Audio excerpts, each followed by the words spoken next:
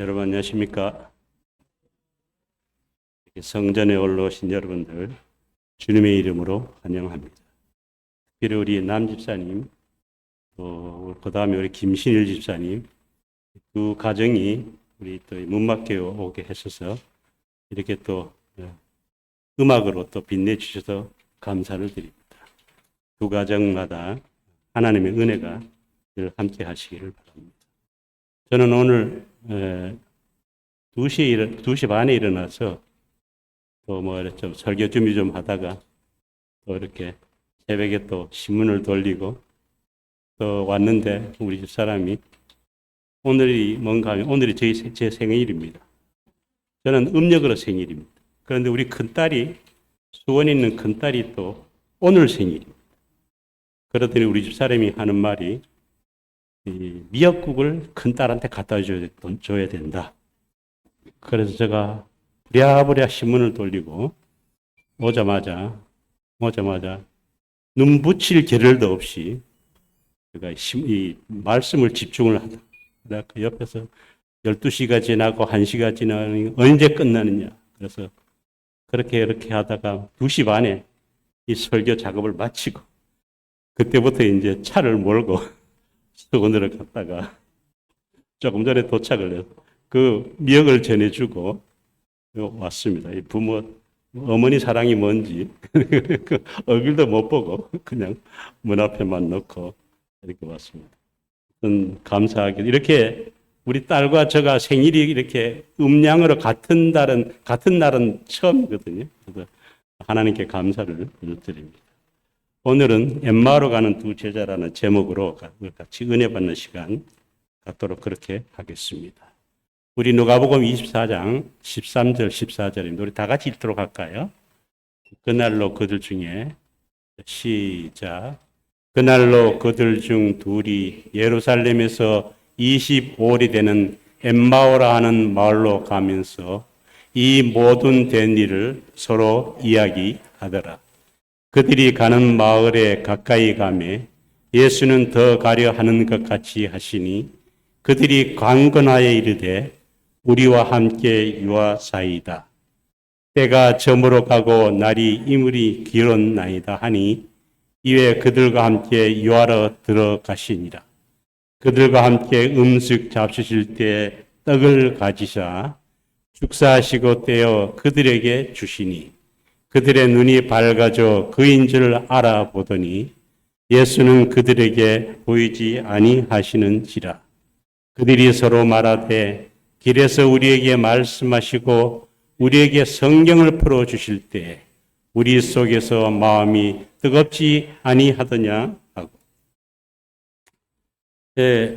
예루살렘에서 서쪽으로 10km 정도 떨어진 곳에 이 기쁨의 우물이라는 그 뜻을 가진 엠마오로 마을로 두 사람이 이렇게 걸어가고 있었습니다. 그 두 사람은 한 사람의 이름은 글로바고요. 한 사람의 이름은 알려지지 않는 그러한 인물이었습니다. 누가복음 여기 보면 그날에 그들 중에 둘이 예루살렘에서 25일이 되는 엠마오라 하는 마을로 가면서 이 모든 된 일을 서로 이야기하더라. 그렇게 이야기했습니다. 그들은 엠마오로 향해서 내려가게 된 이유는요. 그들이 메시아로 믿고 따랐던 예수님이 며칠 전에 십자가에서 달려 너무도 허망하게 죽으셨다는 것입니다. 예수님이. 그래서 그들은 십자가에서 죽은 예수님을 지켜보면서 그들이 가지고 있던 꿈, 무슨 꿈일까요? 예수님이 앞으로 로마를 물리치고 위대한 예루살렘 성을 건설하는, 하나님의 나라를 건설하는 그런 것들 이 제자들이 아주 가슴 충만하게 꿈꿔왔는데 어떻게 십자가에 달려 돌아가시고 해서 그런 꿈이 산산조각이 나고 말았다는 것입니다. 그런데 예수님이 죽어서 무덤에 묻힌 지 사흘째 되는 날 새벽에 몇 명의 여자들로부터 이 도저히 믿을 수 없는 그런 말을 듣게 되었는데 무슨 말인가 하면 그 여인의 말은 이른 새벽에 우리가 예수님의 무덤에 가보니 무덤을 막고 있던 큰 돌이 이렇게 옮겨졌다는 것입니다. 그래서 그 무덤 안에 들어가 보니까 예수님의 시신이 예수님의 시신이 보이지 않아서 근심하고 있는데 그때 천사가 나타나 자신들을 향해서 예수님이 부활하셨다고 그렇게 알려주셨다는 것입니다. 그러니 이 두 제자들은 믿을 수가 있겠어요? 도저히 분명히 우리가 두 눈으로 예수님 십자가에 못 박혀 달려 돌아가시는 거 보고 우리는 이제 낙심해서 고향으로 돌아가고 있는데 말도 안 되는 그런 얘기를 여자들이 예수님의 시신이 가는 빈 무덤이고 천사가 나타나서 예수님이 부활하셨다 하는 말도 안 되는 얘기를 그렇게 하더라는 것입니다. 그래서 그들은 이렇게 생각을 했어요. 예수님의 시신을 어느 제자가 훔쳐낸 다음에 나중에 예수님이 부활하셨다는 소문을 내고 있겠다. 그렇게 생각을 하고. 그래서 이 두 제자는 예루살렘에 머물러 있다가는 자기들도 잡혀서 생명을 잊겠다. 그러는 그런 공포심의 두려움 때문에 예루살렘에서 11km나 떨어진 고향 엠마오로 슬픔 속에 내려가고 있었다는 것입니다. 물 좀 하나 갖다 주실래요? 이 세상 사는 사람들은 누구나 때때로 우리가 내려가는 길을 우리가 갑니다. 맞습니까?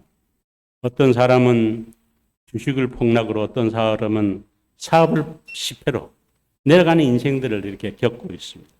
제가 잘 아는 우리가 예전에 저와 같은 우리 시은의 멤버였던 한 분이 아주 한국에서 사업을 아주 잘 하셔갖고 아주 꽤 큰 이렇게 잘 사는 그런 분이었는데 어느 날 어떻게 되다가 거대한 이 방직 공장을 중국에서 큰 매물이 나왔는데 이분이 그거를 이렇게 자기가 그거를 흡수를 하게 되었어요. 그런데 자본은 짧은 데다가 그 큰 중국에 있는 그 방직 공장을 인수를 하고 났더니 너무 큰 것을 인수를 해갖고 그것을 이렇게 세월을 보지도 못하고 그렇게 그 사업이 부도가 나고 말았죠. 그러더니 그분도 참 애석하게도 이렇게 몸이 안 좋아서 그래서 나중에는 돌아가시는 모습을 보았습니다. 여러분 우리가 살아가면서 이런 인생들의 쓴맛을 우리가 보고 있다는 것입니다. 이렇게 우리의 인생은 알게 모르게 내리막길을 우리가 갈 때가 있다는 것입니다. 예수님의 제자들도 그토록 믿고 의지했던 예수님을 잃어버리고 나서 이 제자들은 낙심해서 삶의 희망도 용기도 다 잊어버린 채 내리막길로 이렇게 가고 있었다는 것입니다. 첫 번째 오늘 본문이 우리에게 주는 교훈은요. 내려가는 길에 동행하시는 예수 그리스도가 계시다는 것입니다. 놀라운 것은 이 구세주 예수 그리스도께서 내려가는 인생길에 우리와 함께 계신다는 것입니다. 우리 누가복음 다 같이 읽을까요? 24장 15절입니다. 그들이 서로 이야기하며 문의할 때 예수께서 가까이 이르러 그들과 동행하시니. 감사합니다. 아이고 고마워요. 감사해요.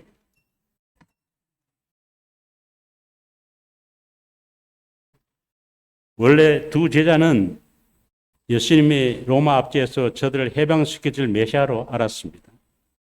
예수님께서 전하시는 그 놀라운 말씀을 들으면서 예수님이 행하시는 그 기적을 보면서 또 풍랑을 잠잠케 하고 보리떡 5개와 물고기 2마리로 남자 어른만 얼마? 5,000명. 약 2만 명이 남는 사람들이 배불리 먹고도 12바구니가 남게 되고 또 앞을 보지 못하는 소경이 눈을 뜨고 문둥병자들이 치료함을 받는 이러한 이적을 보면서 과연 예수님은 우리를 로마의 압제에서 구원해 줄 분이다. 그렇게 생각해서 이 제자들은 예수님을 열렬히 믿고 의지하며 지지하고 따랐다는 것입니다. 그런데 그렇게 믿고 의지하고 따랐던 예수님이 무기력하게 붙잡히셔서 그 멸시천대 받으시고 온몸에 채찍에 맞아 찢기시고 피 흘리시고 십자가에 달려 들어가는 모습을 보면서 그들은 크게 낙심하고 실망하였다는 것입니다. 그래서 그들은 꿈과 희망이 다 사라져 버렸다는 것입니다. 그래서 그들은 망연자실해서 예루살렘을 떠나서 내려가는 인생길을 걷게 되었다는 것입니다. 그런데 여러분 참으로 놀라운 것은 그 절망의 길에 예수님께서 다가오셨다는 것입니다. 여러분 이것이 바로 기독교의 복음이라는 것입니다. 우리와 동행하셨다는 것입니다. 2000년 전에 엠마오로 내려가던 제자와 동행하셨던 예수님이 지금도 절망의 길을 내려가고 있는 우리와 동행하고 계신다는 것입니다. 그리고 주님은 지금도 우리를 부르고 계신다는 것입니다. 우리 다 같이 읽을까요? 수고하고 시작. 수고하고 무거운 짐진 자들아 다 내게로 오라. 내가 너희를 쉬게 하리라. 그렇게 우리에게 위로의 말씀을 주셨다는 것입니다. 2000년 전 제자들과 동행하셨던 예수님은 지금도 절망의 길을 가고 있는 우리와 동행하시고 세상 끝날까지 우리와 동행하시며 우리를 떠나지 아니하신다는 것입니다. 우리 다 같이 읽을까요? 내가 너희에게 시작. 내가 너희에게 분부한 모든 것을 가르쳐 지키게 하라. 볼지어다 내가 세상 끝날까지 너희와 항상 함께 있으리라 하시다. 언제까지 있겠다고 예수님이? 세상 끝날까지. 여러분 우리가 예수 믿는 게 왜 믿겠어요? 주님이 곧 오실 분이기 때문에 그래도 세상 끝날까지 우리와 함께 계신 분이기 때문에 우리가 주님을 믿고 있다는 것입니다. 세상 사람들은 자기의 유익이 되면 가까이 다가오고 그렇지 않으면 가차없이 떠나는 것이 뭡니까? 그게 사람들의 인심입니다. 제가 그 가산에 살 때요. 그 가산 옆에 뭔가 거기가 이제 구미 선산이 얼마 안 떨어진 데 있습니다. 예전에 거기에 그 선산에서 가장 유명한 분이 누구였는가 하면 김윤환 국회의원이었습니다. 그분은 알다시피 그 당시에 2인자였습니다. 그분이 왠가 하면 전두환 대통령, 노태우 대통령, 그 다음 김영삼 대통령. 이 세 대통령을 모셨기 때문에 아주 그때 그 당시에 이분의 집에 지금도 국회의원 공천 때문에 난리잖아요.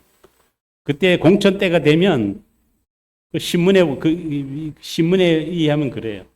그 김윤환 씨 집에 신발이 막 꽉 찼다는 거예요. 사람들이 서로 공천받은 그런 사람. 그 사람이 뭡니까? 그다음에 아호가 뭔가 하면 허주거든요. 허주. 허주란 말이 무슨 말인가 하면 빈배란 뜻입니다. 그러고 난 다음에 조선일보에 그분이 돌아가시고 난 다음에 돌아가시고 난 다음에 어느 분이 국회의원이 조선일보에다가 글을 올렸어요. 제가 그 글을 우연히 봤는데 뭐라고 써놨는가 하면 참 인생이 허무하다. 인간이 그럴 수가 없다 그러는 거예요. 그렇게 그 허주 그분이 김윤환 의원이 살아있을 적에는 사람들이 문지방이 딸때록 사람들이 하더니 그분이 돌아가시고 나니까 이렇게 허무할 수가 없다는 거예요. 그래서 그분이 이제 그 문상을 받은 사람이 그렇게 정막강산이라도 그 많던 국회의원들 다 얻으러 가고 정막강산이 그렇게 했던 거 보면서 인간들이 이럴 수가 없다 그러면서 그분이 이제 쓸쓸히 이렇게 술을 들이키는 모습을 신문에 이렇게 난 것 제가 봤습니다. 여러분 그렇습니다. 여러분 이 사람들은 자기에게 도움이 된다면 어떻게 해요?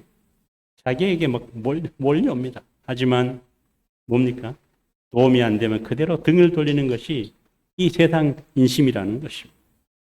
세상 사람들은 우리가 내리막길을 갈 때 등을 돌리고 떠나지만 예수님은 그런 우리에게 오히려 가까이 오셔서 우리와 동행하고 계시는 하나님이시라는 것입니다. 하지만 그들은 예수님을 알아보지 못했다는 것입니다. 왜 그랬을까요? 그들의 눈이 가려졌다는 것입니다. 그들은 육안이 열려서 멀쩡히 세상을 바라보고 걷고 있었지만 영안이 가려워서 가야 할 길도 분별하지 못하고 길을 인도할 예수님마저 알아보지 못했다는 것입니다. 왜일까요? 여기 나오죠. 우리 다 같이 읽을까요? 예수께서 시작. 예수께서 가까이 이르러 그들과 동행하시나 그들의 눈이 가리워져서 그인 줄을 알아보지 못하거늘 그렇게 했습니다. 여러분 본교 성경 주석에는 여기에 대해서 이렇게 주석을 달아놨는데요. 두 제자는 피곤하고 슬픈 생각에 깊이 빠져서 그들과 합리할 예수를 눈여겨보지 않았다. 이와 비슷한 상황으로 그날 일찍 예수가 처음으로 마리아에게 가까이 갔을 때 그녀는 그를 알아보지 못했다. 두 제자는 자신이 들의 생각에 몰두해 있었고 또한 초자연적인 힘에 의해서 시야가 가리워졌다. 이렇게 나옵니다. 여기 뭐라고 나와 있다고요?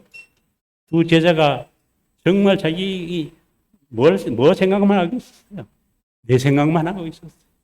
그저 그냥 이렇게 자아만 생각하고 있다고 누굴 보지 못했어요. 옆에 동행하고 있는 예수님을 보지 못했다고 그렇게 나와 있다는 것입니다. 여러분 생각해 보세요. 부활하신 주님께서 그들을 찾아와 주셨습니다. 얼마나 큰 기쁨이고 축복입니까? 그러나 그들은 주님이 보는 눈이 가려져 있었기 때문에 오히려 실망하고 낙심하고 있었다는 것입니다. 그래서 방황하고 절망했다는 것입니다. 여기서 중요한 사실은요, 실망과 낙심이면 사로잡혀 있었기 때문에 더 큰 능력으로 부활하신 예수님을 알아볼 수가 없었다는 것입니다. 왜 알아보지 못했는가? 여기 첫 번째는요, 내 눈앞에 다른 무엇이 가로막고 있는 경우에 이럴 때 우리는 뭐 한다고요? 우리는 보지를 못한다. 다시 뭐라고요? 내 눈앞에 다른 무엇이 가로막고 있는 경우에 이럴 때는 우리는 보지 못한다는 것입니다. 제가 이게 적절한 표현인지 모르지만 이강인 선수가 얼마 전에 손흥민 선수하고 격투기를 하다가 어떻게 됐어요? 격투기 하다가 어떻게 여론이 어떻게 됐어요? 반전됐죠. 그래서 이 베트남 신문에서 났는데요. 이강인에 대해서 신문에 보도가 나왔는데 뭐라고 나왔는가 하면 이강인이가 손흥민이하고 격투를 하는 바람에 100억이 날라갔다. 100억. 지금 이강인 선수가 지금 광고하는 것만 해도 3개가 있어요. 최소한 10억입니다. 최소한 10억인데 그것은 그 계약상 그렇습니다. 어떤 사고를 치거나 어떤 불미스러운 일이 있으면 그 조건이 뭔가 하면 10억을 주되 배로 무너지게. 그래서 이제 한가하면 최소한 100억은 하루아침에 날라갔다. 그렇게 얘기를 했습니다. 여러분 그렇습니다. 정말 우리가 다른 무엇인가 우리가 가로막고 있는 경우에 정말 우리 영적인 해안이 떠 있지 않으면 그런 큰 손실을 보고 있는 것이 현실이라는 것입니다. 두 번째는요. 다른 무엇에 의해서 내 마음이 온통 빼앗기고 있다면 우리는 역시 그 대상을 보지 못한다는 것입니다. 그 대상이 무엇일까요? 우리가 세상에 우리가 사업을 하고 우리가 경영을 하고 돈을 벌고 다 좋은 일입니다. 그러니까 우리가 그 돈이 있어야 가족을 꾸리고 또 우리가 생활을 하고 교회에 헌신하고 합니다. 그렇지만 그것이 내 마음을 온통 빼앗길 정도가 된다면 어떻게 해요? 우리가 영적인 안목을 우리가 볼 수가 있다는 것입니다. 그것은 바로 뭔가 하면 자기 중심적인 생각, 세속적인 욕망에 집착해 있었기 때문에 더 큰 은혜가 와도 그것을 눈으로 보아도 귀를 들어도 하나님의 은혜를 깨닫지 못한다는 것입니다. 여건이 아무리 어두워도요, 우리 참된 신앙인의 입에는요, 찬미와 기도와 감사를 통해서 우리가 이 거친 세파에서 우리가 늘 승리하는 저와 여러분들이 되시기를 기도하겠습니다. 이게 성경 누가복음 24장 주석에는 이렇게 나왔습니다. 주석인데요. 예수는 즉시 자신을 그들에게 드러낼 수도 있었으나 우리 본교 성경 주석에 있는 말입니다. 예수는 제자들에게 자신을 즉시 그들에게 드러낼 수도 있었으나 그렇게 하지 않았다. 그들은 메시아에 관한 구약의 예언들과 함께 그리스도를 지적했던 역사적인 사건들과 거룩한 의식들을 꼭 이해할 필요가 있었다. 그랬을까요? 예. 예수님께서 짠 하고 내가 예수다 하고 나타나면 어떻게 되겠어요? 지금까지 예수님께서 그렇게 말씀하시고 설교하시고 또 구약의 창세기서부터 쫙 나와 있는 그 메시아에 대한 그런 것도 어떻게 해요? 그 사정을 다 잊어버리고 그런 걸 예수님만 이게 볼 수가 밖에 없다는 것입니다. 이런 것들만이 그들의 신앙의 견고한 토대를 제공할 수 있었다는 것입니다. 그것이 그리스도에 관한 성경의 가르침에 굳게 뿌리 박지 않은 무슨 신앙이요? 추상적인 신앙은 의심이 폭풍에 불 때 건재할 수가 없다는 것입니다. 믿음은 어떤 믿음이요? 추상적인 믿음은 우리를 어떻게 한다고요? 우리가 이 환란이 올 때, 이렇게 우리 신앙의 시련이 올 때 우리가 설 수가 없다는 것을 우리에게 말씀하고 있다는 것입니다. 그래서 이 우리 성경 주석에는 이렇게 합니다. 마태복음 7장 24장 27절을 이렇게 냈습니다. 우리 다 같이 읽을까요? 그러므로 시작. 그러므로 누구든지 나의 이 말을 듣고 행하는 자는 그 집을 반석 위에 지은 지혜로운 사람 같으니 비가 내리고 창수가 나고 바람이 불어 그 집에 부딪히되 무너지지 아니하나니 이는 주추를 반석 위에 놓은 까닭이요 나의 이 말을 듣고 행하지 아니하는 자는 그 집을 모래 위에 지은 어리석은 사람 같으리니 비가 내리고 창수가 나고 바람이 불어 그 집에 부딪힘에 무너져 그 무너짐이 심하니라 나와 있습니다. 그러니까 반석은 여기 누구를 말씀하고 있어요? 반석은 바로 예수 그리스도를 말씀하고 있다는 것입니다. 그렇다면 여기에 나오는 모래는 무엇을 상징할까요? 모래는요, 자기 자신 또 세상을 상징한다는 것입니다. 그렇기 때문에 우리는 어떤 경우에도 어떻게 해요? 반석 되시는 예수님 앞에 우리가 굳건히 자리를 내리는 저와 여러분들이 되어야 한다는 것입니다. 두 번째는요, 말씀으로 역사하시는 주님이시다라는 것입니다. 우리 다 같이 읽을까요? 이르시되 시작. 이르시되 미련하고 선지자들의 말한 모든 것을 마음에 더디 믿는 자들이여. 그리스도가 이런 고난을 받고 자기의 영광에 들어가야 할 것이 아니냐 하시고. 또 시작. 이에 모세와 모든 선지자의 글로 시작하여 모든 성경에 쓴 바 자기에 가는 것을 자세히 설명하시니라. 예수님께서는 그들을 미련하고 믿음이 없는 자들이라고 꾸짖었습니다. 그들이 예수님을 몰라보고 실망에 젖어 있었던 이유는요, 그들이 성경을 몰랐기 때문이라는 것입니다. 성경을 몰랐다는 것은 그들이 이제까지 성경을 읽지 않았다는 말이 아니라는 것입니다. 그들은 성경을 읽어왔고, 그래서 믿음의 조상 아브라함도 알고, 메시아가 오실 것들 알고, 메시아가 기다리는 재림 사상도 가지고 있었다는 것입니다. 그러나 성경의 진리는 깨닫지 못했다는 것입니다. 우리의 마음은요, 그렇기 때문에 우리는 말씀과 진리로는 채워야 한다는 것입니다. 우리의 마음이 말씀으로 지배를 받든지 육체의 지배를 받든지 그게 어떻게 해요? 믿음은 가운데가 없습니다. 둘 중 하나로는 채워진다는 것입니다. 말씀을 우리가 읽지 않으면 우리의 마음은 어떻게 돼요? 우리가 아주 천박해지고 유치해지고, 그것이 바로 뭔가 하면 말씀을 떠난 사람들의 모습이라는 것입니다. 그래서 우리의 마음이 쉽게 세상을 닮아간다는 것입니다.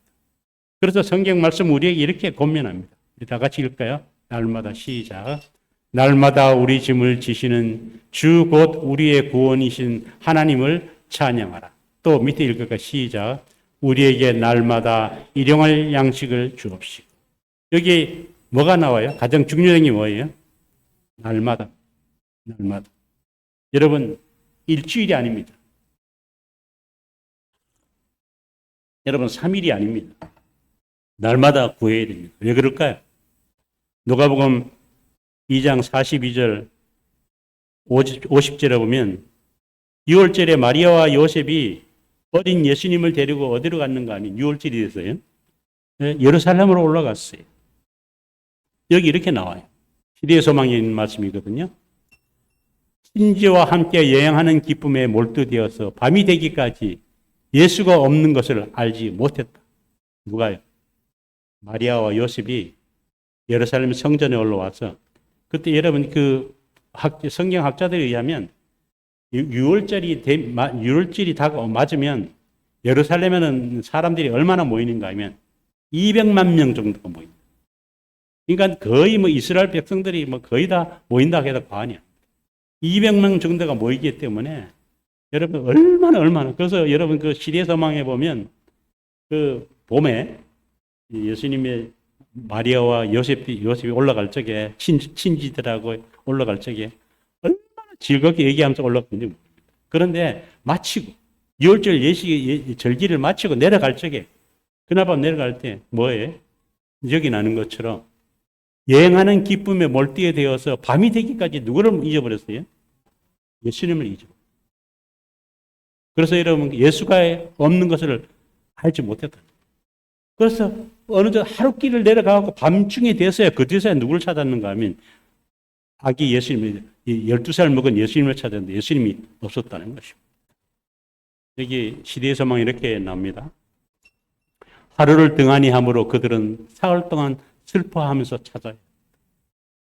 하루를 잊어버렸는데 하루를 등한히 했기 때문에 세상 길에서 여행길에서 얼마나 좋은지 하루를 즐겁게 그러다가 하루를 잊어버렸는데 얼마를 찾았다고요? 사흘 동안. 그 이튿날 첫날 못 찾고 밤까지는 못 찾고 다시 와서 못 찾고 그 이튿날 하루 종일 지금으로 말하면 5만 대 다 찾았어. 다 찾았는데도 어떻게 못 찾았어. 그래서 3일째 되는 날. 어디가 찾았어요? 성전이가. 하니까 예수님이 뭐하고 계세요? 선생님 랍비들하고 뭐라고 했어요? 성경 토론하고 있었습니다. 여기 나오잖아요. 우리가 너무 세상 일에 정신을 빼앗겨 우리의 영생의 소망의 중심이 되시는 예수님을 전혀 생각하지 않는다면 우리는 예수와 하늘 천사와 뭐가 된다? 분리가 된다. 우리가 세상 일에 너무 정신이 빼앗기면 뭐가 돼요? 예수와 하늘 천사와 분리된다. 여러분 이것처럼 슬픈 일이 어디 있겠어요? 우리가 세상 일에 몰두하되 세상 일에 우리가 집중하되 뭘 해야 돼요? 우리의 정신은 어디에 쏟아야 돼요? 예수 그리스도를 놓치면 안 돼요. 하늘 천사를 언제나 도와주신 하늘 천사를 놓치면 안 된다는 것을 우리에게 말씀하고 있다는 것입니다. 여러분 개신교에서요. 사람들이 기독교인들이 성경을 얼마나 많이 읽는가, 자주 읽는가 이 리서치를 발표를 했는데 전 교인 중에서 16%만이 그러니까 10명 중에 1.6명만이 날마다 규칙적으로 성경을 읽는다는 것입니다. 이것은 여러분 교회 안에 성경을 규칙적으로 읽는 사람이 어떻게 극소수라는 것을 우리에게 말씀하고 있다는 것입니다. 그래서 바울은 우리에게 이렇게 고민합니다. 우리 다 같이 읽을까요? 망령되고 시작. 망령되고 허탄한 신화를 버리고 경건에 이르도록 내 자신을 연단하라. 그렇게 말합니다. 여러분 여기 망령되다는 말은 우리 본교 주석에 보니까 뭐라고 나오는가? 망령되라는 말을 우리 본교 주석에 뭐라고 나왔는가 하면 그리스도의 목회자들은 세속적 공론에 관심을 갖지 말아야 한다. 저는 여기 그리스도인의 목회자라고 했는데요. 이 목회자는 어떻게 목사님한테 해당될까요? 아닙니다. 우리 모두가. 장로도 해당이 되고 집사도 해당이 되고 그러니까 뭔가 하면 그리스도인들은 세속적인 공론에 관심을 갖지 말아라. 세상에 너무 휩쓸리지 말아라. 세상 정치에 너무 휩쓸리지 마라. 우리에게 말씀하고. 그 다음 허탄한 신화를 버리라고 그랬는데요. 여기 킹 제임스 번역에 보니까 뭐라고 했는가 하면 늙은 아내들의 우화들을 늙은 아내들 우화들을 그러니까 제가 이 설교 준비를 하면서 이거를 보니까 뭐가 생각나는가 왜 이게 영어 성경에는 뭐라는 거면 올드 와이프라고 나오더라고요. 올드 와이프 나오는데 올드 와이프 테이프 나오는데 나이가 들면 뭐가 돼요? 나이가 들면 말해도 그런 뜻 같아요. 그래서 뭔가 하면 허탄한 신화라는 것입니다. 그리스도인들이 관심을 기울일 가치가 없는 허황된 미신을 뭐라고 한다고요? 드리라. 이것이 오늘 우리에게 주는 본문이고요. 마지막으로 저기에 보면은 자신을 연단하라 나오는데 이 연단하라는 다른 성경에 제가 몇 성경을 찾아보니까 연습하라. 꾸준하게 연습하라. 이렇게 훈련하라. 그렇게 번역을 해놨더라고요. 우리가 뭐랄까요? 우리가 망령되고 허탄한 신화를 버리고 경건에 이르려고 하면 내 자신을 어떻게 해요? 연습하고 훈련해야 한다는 것을 우리에게 말씀하고 있다는 것입니다. 우리 다 같이 읽을까요? 예, 시작. 이에 모세와 모든 선지자의 글로 시작하여 모든 성경에 쓴 바 자기에 가는 것을 자세히 설명하십니다. 성경은 누구의 것이라고요? 누구에 대해 글이라고요? 예수님의. 그래서 예수님이 동행하시면서 뭐예요? 이 제자들이, 이 미련하고 더디 있는 제자들이 모세의 글로부터 모세 오경으로부터 시작해서 다시 말해서 창세로부터 시작해서 선지자의 글로부터 시작해서 시편의 글로 시작해서 모든 성경에 쓴 자기에 가는 것을 어떻게 해? 그때부터 뭘 하는 거예요? 성경을 다시 가르치지. 여기 보니까 나와 있어요. 다 같이 읽겠습니다. 그들이 시작. 그들이 서로 말하던 이래서 우리에게 말씀하시고 우리에게 성경을 풀어주실 때에 우리 속에서 마음이 뜨겁지 않냐. 어떻게? 예수님은 다른 말씀 안 하셨어요. 그냥 성경에 있는 말씀, 창세기에 있는 말씀, 이사야에 있는 말씀, 시편에 있는 말씀, 말라기서에 있는 말씀 그대로 말씀했는데 그대로 풀어드렸는데 어떻게 해요? 제자들이 가면서 마음이 막 부끄럽고 몰라요. 말씀이 들어오니까 마음이 뜨거워지기 시작했다 것입니다. 여러분, 이렇게 예수님께서 구약을 언급하시는 이렇게 많이 창세기 3장 15절부터 말라기 4장 2절까지 이렇게 예수님께서 수많은 그런 예수님에 대한 메시아에 대한 언약들이 예언들이 있는 것을 말씀했다는 것입니다. 제가 잠깐 풀었는데요. 창세기 3장 16절에 여자의 후손이 나오고요. 뱀의 후손을 멸망시키는 것이 나오고요. 머리를 상하는 것이 나오고요. 출애굽기 12장 5절에는 어린 양이 나오고 민수기에서는 야곱에서 한 별이 나오는 것이 나오고 이사야서에서는 예수님의 고난, 개들과 악한 무리가 예수님의 수족을 찌르는 것, 속옷으로 제비 뽑는 것. 여러분, 제가 이번에 교과에 제가 먼저 번 교과에 보니까 요새 시편을 공부를 하잖아요. 근데 제가 시편 공부를 하면서 이 시편이 이거 시편 22편을 공부를 하는데 개들과 악한 무리가 내 수족을 찔렀고 내 속옷으로 제비를 뽑았나이다. 이게 누구 얘기예요? 예수님이 어디 얘기예요? 십자가에서 이 개 같은 이 병정들 개라고 비유를 했잖아요. 병정들 개라고 비유를 했죠. 걔네들이 나를 내 수족을 찌르고 내 속옷으로 제비 뽑았나요? 제비 뽑았어. 그래서 제가 새벽에 교과 공부를 하면서 도대체 그러면 이게 시편이 언제 쓰여졌는가? 제가 연도를 추정해 봤더니 여러분 예수님 오시기 주전 600년에서부터 출발은 어디입니까? 1400년 전. 시편이 그렇게 오래 기록됩니다. 시편이 주전 1400년부터 주전 600년 사이. 여러분, 우리 흔히 그 말 하잖아요.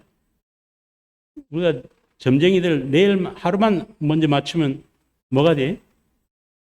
뭐 내일 일을 마치기만 하면 그 사람은 유명한 점쟁이들. 아니, 하루는 고사하고 한 시간만 미리 맞춰도 여러분 우린 벼락부자가 돼요. 그런데 여러분 저것은 언제? 최소한도 600년 전에 예수님 탄생하기 전. 최소한 1000년 전에 기록한 글들이 어떻게 그렇게 예수님께서 했는지 보세요. 이사야서에는 7장에는 처녀가 잉타하여 아들을 낳는다. 맞습니까? 그 다음 이사야서 9장에는 한 아기의 이름은 기묘자다. 전능하신 하나님이고 영존하신 하나님. 아기의 이름이 그렇다는 것이고.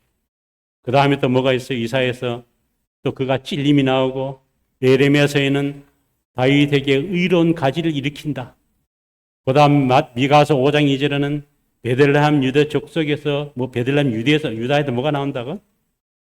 왕이 태어난다. 스가랴서에는 9장 9절에 뭐가 나와요? 그가 나귀 새끼를 타신다. 여러분 얼마나 성경이 구약의 성경들이 얼마나 예수님의 그 오심을, 메시아의 오심을 그렇게 정확하게, 그렇게 저렇게 해놨는. 여기도 보니까 스가랴에서 보니까 뭡니까? 장자를 위하여 통곡하리라 나와요. 이것은 무슨 말이에요? 예수님을 놓친 헤롯이 화가 나는 게 어떻게 돼요? 그 시로부터 난 한 살 아래, 3살 아래 아이를 다 죽였잖아요. 뭔가 하면 왕이 태어났고. 그러니까 뭐예요? 장자를 위하여 통곡한다는 말이 주민들, 예루살렘 주민들. 그렇게 예언해놨고요. 스가랴서 13장에는 뭐라고 해요? 내 목자를 치면 양들이 흩어지리라. 이 말은 무슨 말이에요? 예수님이 십자가에 달려 돌아가시면 지금 이 글로바처럼, 이 제자들처럼 예수님을 버리겠다는 그 말씀이 벌써 600년 전에 1000년 전에 이렇게 예언을 해놓으셨다는 것입니다. 그리고 말라기서에는 뭐란가 하면 내 사절을 보낸다. 메시아가 오기 전에 누구를 보낸다? 말라기 선지자를 보낼 뿐만 아니라 누구를 보낸다? 침례 요한을 보낸다. 그 다음 말라기 4장 2절에 마지막으로 뭐란가 하면 내 이름을 경외하는 너에게는 공의로운 해가 떠올라서 치료하는 광선을 바란다. 이 말은 무슨 말이에요? 예수님의 초림뿐만 아니라 예수님의 재림. 이렇게 광이 찬란하게 오시는 예수님의 초림과 재림의 모습을 이렇게 하나님 예수님께서 말씀해 나왔다는 이 말씀을 갖다가 뭐예요? 이것들을 예수님이 길을 걸어가면서 제자들에게 동행하면서 풀어줬다는 것입니다. 여기서 우리가 깨달아야 할 중요한 사실은요.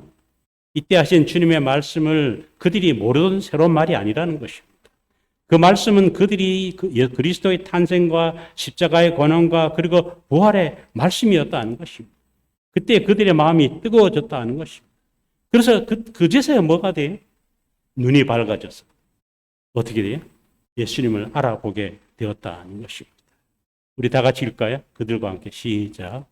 그들과 함께 음식 잡수실 때 떡을 가지사 축사하시고 떼어 그들에게 주시니 그들의 눈이 밝아져 그인지를 알아보더라.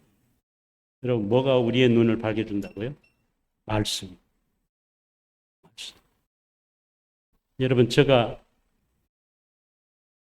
제천에 신앙하기 전에 제천에 아주 이 세상에 제일 친한 친구 나하고는 죽을 때까지 같이 죽자. 아주 이렇게 아주 형제 이상으로 맺은 그런 아주 친한 친구.